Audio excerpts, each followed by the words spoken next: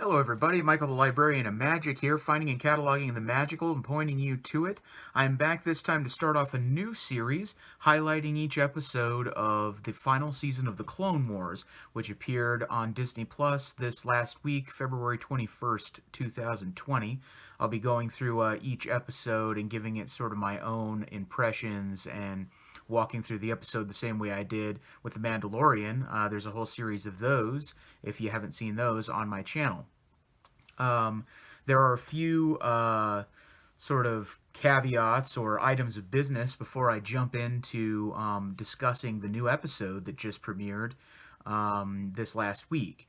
The first being, with this particular series, I'm going to assume that you have some prior knowledge of the Clone Wars, the show, if you're watching this particular video, because this is the final season, or season 7 of the series, and I'm not going to do a terrible amount of sort of backtracking of the past episodes of the show, or explaining some of that stuff. I'll try to be as clear as I can, explaining things here and there so that my sort of impressions and review and everything makes sense, but I'm not going to try to delve too deep in a lot of areas. If you are super new to the Clone Wars, I will say a couple of things for you that may be appropriate if you have stumbled on this video. Number one, the series, the Clone Wars, the animated series, is basically a Star Wars story show that takes place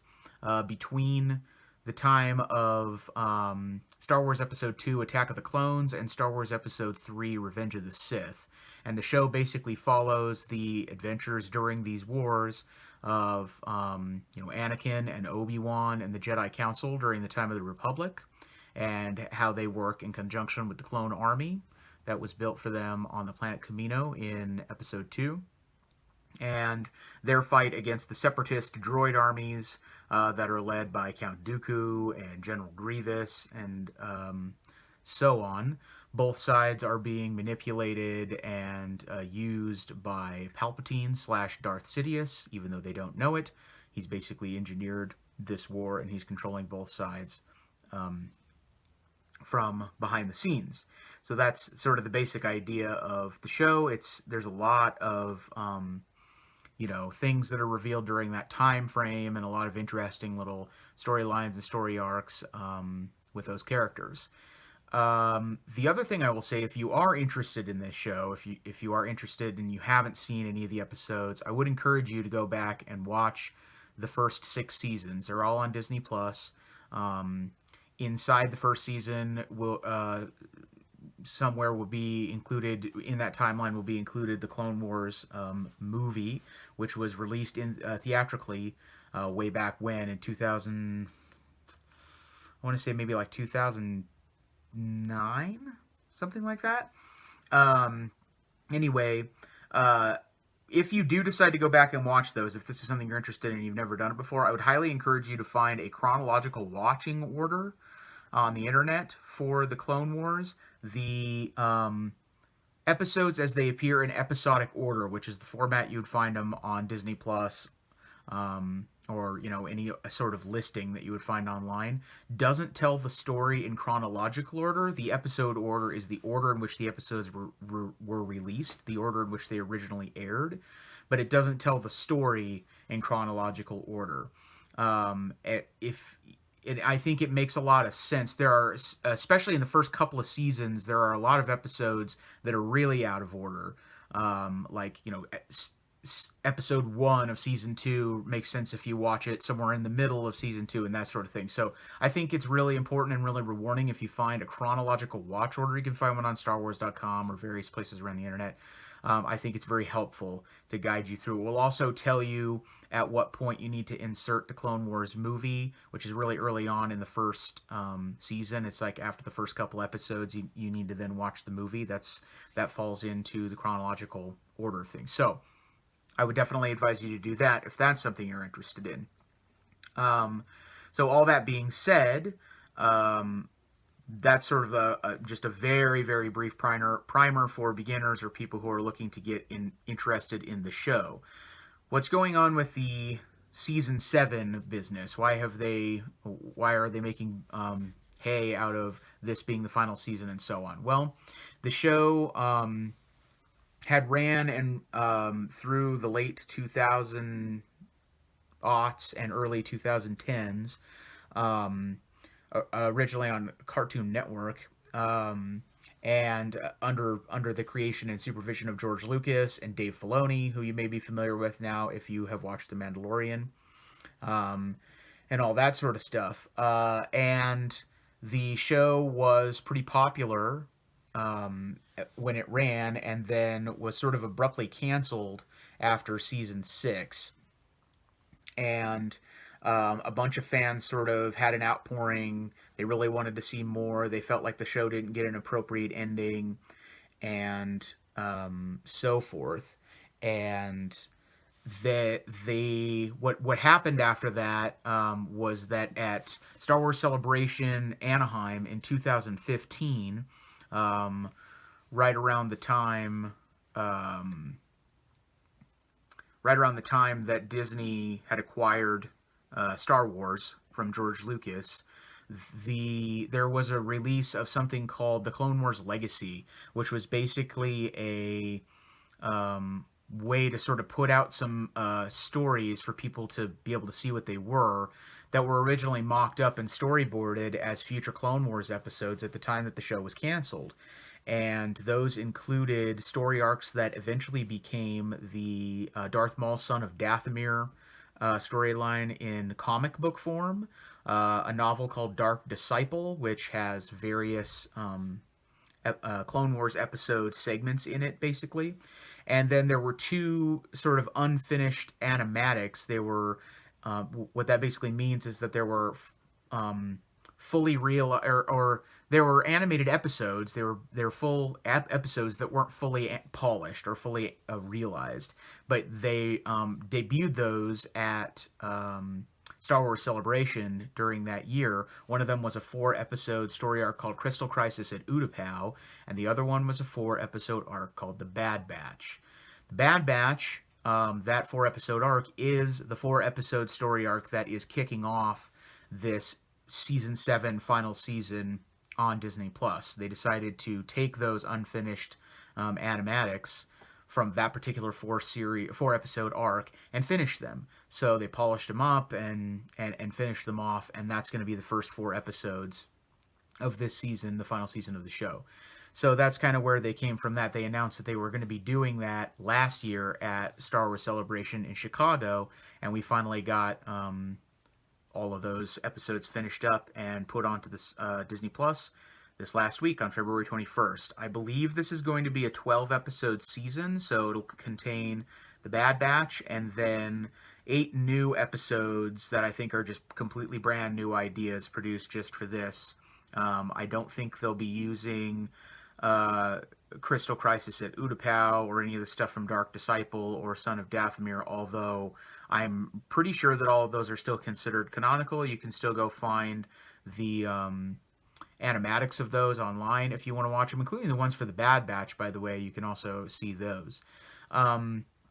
So that's kind of where we're at with that. That's where they came from. They've once Disney acquired the company and stuff, they finally issued the green light to just finish them off, polish up some of those other episodes, and make some new ones, and try to give this series the ending that fans felt like it deserved. So that's what this is, and anybody who was a big fan of the Clone Wars show, including myself, is excited to see this finally coming to the light of day. So, as I said, The Bad Batch was one of those animatics, story arcs. Some people are disappointed that we're not getting 12 completely new stories, but rather just 8 and The Bad Batch.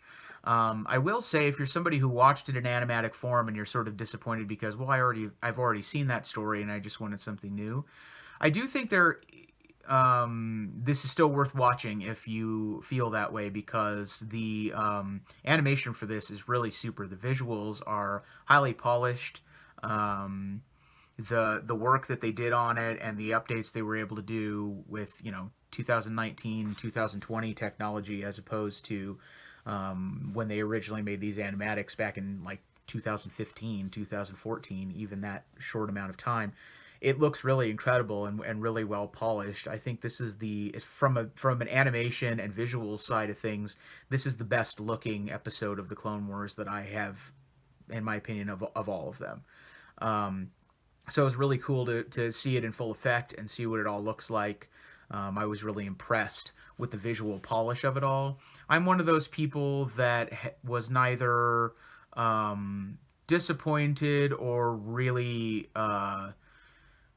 totally on fire for the animated style of the entire Clone Wars series. There are a lot of people who dislike it. It kind of turns them off from the show. And there are also a lot of people who really, really love it. And they kind of get what George Lucas and Dave Filoni and those guys, when they, developed the show way back when, were going for. I'm somebody who kind of can take it or leave it. The style works for what they're trying to do, so it doesn't really distract me from the content at all, but it's not like an art style that I'm particularly in love with either. But the high level of polish on this first episode of season 7, the finished version of the Bad Batch, I really did enjoy artistically, and it's something that I do have a personal affinity for. So that was really cool to see. That was one of the main things that I noticed upon watching the episode. Before I get into the episode, I should have probably also said at the top of this video, and I will say in the description as well, to ward anybody off, my videos on my channel and in these very specific episode series contain heavy spoilers. I'll basically talk about the episode in various points. So I'm a person who's not shy about the spoilers. I figure if you are searching out videos on YouTube at this point, you either don't care about being spoiled or have already seen the episode. That's kind of how I am, and I'll warn people so they can steer clear of the episode, or of this episode, my content, off the top if they don't want to watch it. But otherwise, spoilers lie ahead. So with that said, this is what the Bad Batch was like. It takes place. This episode takes place on a planet called Anaxes, and the Republic has a battle fleet operations center there, a facility for producing ships and stuff like that. And the Separatists have been trying to take over this planet to infiltrate this facility, and they basically have started to become successful. They've pushed the Republic back, and the Republic is losing access to their resources that they have set up on this planet. And at the beginning of the episode, Mace Windu and Anakin Skywalker are basically trying to figure out what they need to do about it and to strategize how they're going to be able to fight back and fight keep the Separatists at bay. And one of the clone captains, Captain Rex, theorizes that the droid army, the Separatist droid army, has developed some sort of a advanced statistical analysis algorithm that is able to track their tactics, so that they're very good at predicting what the tactics will do, because they've routinely used the same tactics over and over again, and the droid army has used some sort of advanced statistical analysis to be able to figure that out and predict it before it happens. And so he has this idea to infiltrate this cyber center that the Separatists have set up on this planet in order to see if there's any intel there and maybe find such an algorithm, or find whatever their analyses are, to sort of help turn the tide of the war on this particular planet. So the generals, Skywalker and Windu, think this is not a bad idea, and so they sort of give him the green light to figure out this operation. Captain Rex and Commander Cody. And then we cut to a scene in barracks where Captain Rex is looking at a photograph that has he and Commander Cody, and also Echoes and Fives. Those two guys were killed in previous episodes of the Clone Wars, and he's sort of reminiscing about them and feeling bad about the nature of war and that sort of thing. But he admits to Cody that he is one of the reasons he's interested in finding this algorithm, or that he came up with this theory, is because the tactics that that the droids have been predicting are actually Echo's tactics that were used, and not Commander Rex's ideas or Commander Rex's tactics. And so he believes that Echo might still be alive somewhere, even though he was previously thought dead. He's one person that's holding on to that, and he didn't admit that to Windu or Skywalker because he was sort of afraid of how they might react, or that they wouldn't greenlight the mission. But he does admit to Cody that he has been harboring that belief. Commander Cody tells Rex that their undercover mission, they're going to be using a clone force called Force 99 to help them infiltrate this cyber center, and it's a commando force that Rex has never heard of before or never worked with before. And basically, Clone Force 99 shows up in their ship called the Havoc Marauder, and they sort of come down in this like willy-nilly style. And basically, Clone Force 99 is a group of defective clones who have undergone various desirable mutations or genetic manipulation. So they're clones, but they were, like experimented on, and they're not the same as all of the rest of the clones, even though they sort of started out as clones. So they depart this ship, and you find out when they land and when they get out that they informally, Clone Force 99 informally refers to themselves as the Bad Batch because of their, defects. And when they step out, you see that they consist of Sergeant Hunter, who's the team's leader. He basically has like a Rambo vibe. He even kind of looks a little bit like Rambo. Wrecker, who is a big, brash assault expert, who is like the muscle of the group. He's a super strong,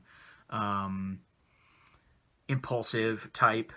There's Crosshair. He's a dour, sarcastic sniper. And then there's Tech, who is, hyper intelligent tech expert. And basically, the thing that I noted when they introduced all these guys and sort of showed their character models and stuff, so that when they showed them all and they got off the ship and introduced them all, this team sort of suspiciously has the same character makeup as the Teenage Mutant Ninja Turtles, I think. Hunter being the Leonardo of the group, and Wrecker being the Michelangelo of the group, and Crosshair being the Raphael of the group, and of course Tech being the Donatello of the group. The only difference really being that Teenage Mutant Ninja Turtles is always a lot more satirical and humor-based, and this is a little bit... There is some humor here, of course. There always has been in the Clone Wars series, but there's also a little bit more of a serious take to it, because they're in a war, and this show never has shied away from... especially in the Clone Army, Clone Commando episodes, has never really shied away from showing sort of the realities of war. Even a super fictional fantasy sci-fi space opera war, there is still real stakes and real death and all that sort of stuff. So there's a little bit more of a serious side to it than something like Teenage Mutant Ninja Turtles, but the makeup of the team, character archetype wise, is essentially the same. So they meet each other, and Rex is kind of dubious of these guys because they're sort of, they march to the beat of their own drum. But Cody's idea is that they'll be helpful because they're unpredictable, and if their algorithm, the droid algorithm, has been predicting their movements and stuff, these guys should be able to have a little bit of an element of surprise because they sort of have their own style and their own tactics. So they get underway to go try to find this cyber center, and on the way their ship gets shot down, the conveyance that they're traveling in gets shot down.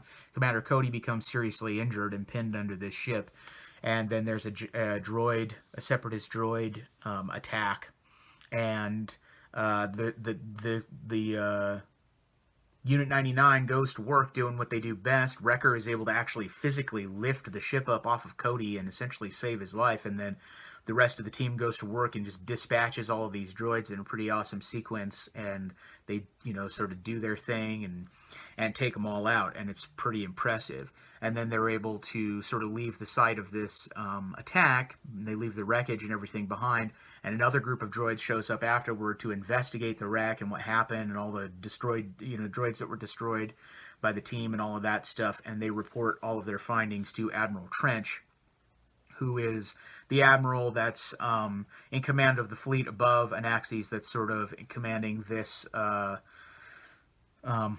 of the war for the Separatists. Admiral Trench is one of my favorite character designs in the Clone Wars of any of the characters, especially the villains.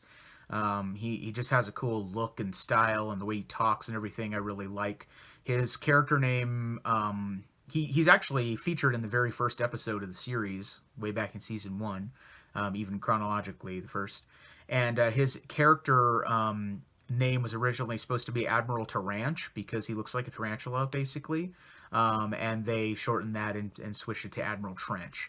But Admiral Trench is really cool. His face has got like a tarantula face, and he's got the extra arms and everything.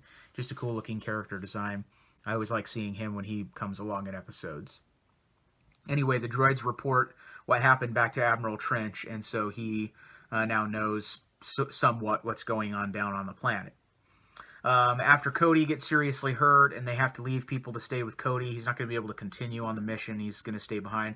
Rex kind of takes charge. He's saying that he's going to lead, the 99, the Clone Force 99. And he gets some friction. They're not really into that because they're firebrands that, want to do their own thing. But their leader, Sergeant Hunter, actually acquiesces to Rex and, helps ease the tension, I guess. And when they get to the center, Rex basically, in his command style of everything, has the wisdom to let Force 99 do what they do once they get to the cyber center, and they basically take it over. He commands them to sort of do their strengths, and they take over this center. And then Tech, the tech guy, goes to work trying to infiltrate the computer systems in the cyber center to try to find any intel that he can find. While he's in the process of doing that, he intercepts a reinforcement order that Trench has sent out, that reinforcement droids are coming back to the center to try to retake it. But because they're able to intercept that order, Force 99 has the element of surprise on these droids, and Rex is able to command them to split up into 3 groups, and they take these reinforcement droids by surprise and pretty much take them out pretty easily. Rex goes back into the command center with Tech, and Tech is hacking into the mainframe of this place, and he finds out that there is an algorithm that the droids are using to predict the Republic tactics, and he did find the algorithm, but it's not actually stored in the mainframe on that planet there in Anaxes. It's actually being broadcast from another planet called Scotto Minor, and he's trying to figure out how to tap into that broadcast. When he does, he receives an audio signal that's part of that broadcast that contains a human voice, which sounds unmistakably like a clone voice. And Rex asks the broadcast for its ID number, and the transmission replies that the ID number is CT1409. And he sort of has a weird look on his face about it, but then Hunter shows up and says that the droids are pushing him in. They need to escape. They need to go now. So they get into some sort of conveyance, a speeder craft, and they are able to escape from the cyber center. And then the fallout of which is, it shows Trench, and he discovers that the Republic team, the 99, was able to infiltrate their broadcast and sort of discover. They weren't able to take anything, but they were able to discover that the broadcast is coming from Scotto Minor, so they do have some pretty critical intel. But Trench is able to discover that they were able to tap into that information. And then as they're getting away on their speeder craft, Rex starts talking to the people there, and he admits that CT1409 is Echo's call number. So now we know at the sort of cliffhanger at the end of this episode that Echo is actually alive, and Rex has discovered that with this transmission. So future episodes of this are going to be about presumably going to Scotto Minor, more adventures with the Bad Batch, and maybe a rescue operation to go find Echo if he's being held captive by the separatists or whatever happens next. So that's what's coming up in the next 3 episodes after this. Will be telling that story. So that was the Bad Batch. It was really cool. Like I said, you can watch it in unpolished animatic form. It is out there. Disney hasn't taken any efforts to scrub it off the internet or anything like that. Those animatics, I think, are still canonical, including the ones for Crystal Crisis on Utapau. But it is highly worth watching the fully polished version of this. It's a really beautiful episode just to watch. It's going to be one that you will like if you are a fan of the Clone Commando oriented episodes of the Clone Wars.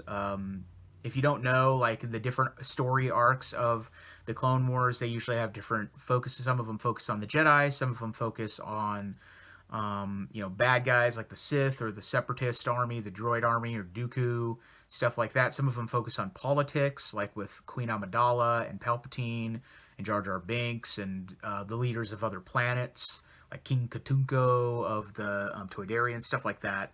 And some of them involve the Clone Commandos, sort of the ground level, fighting the war on the ground level. And that's one of the cool things about the show is, various story arcs take you, in and out of the different levels of this whole war, of this whole conflict. And you get to see how it affects different groups and different people at different levels on different planets and, galaxy-wide. So it's a really cool show. It's really worth a watch if you haven't seen it. If you are new to the show, or if you are like me, or you've been waiting for season 7 and you're jumping in, I think it's really worthwhile. There are some story arcs that don't always resonate. Some of them are better than others, of course, but there are some, in my opinion, that are some of the best storytelling in all of Star Wars, hands down. Especially for me personally.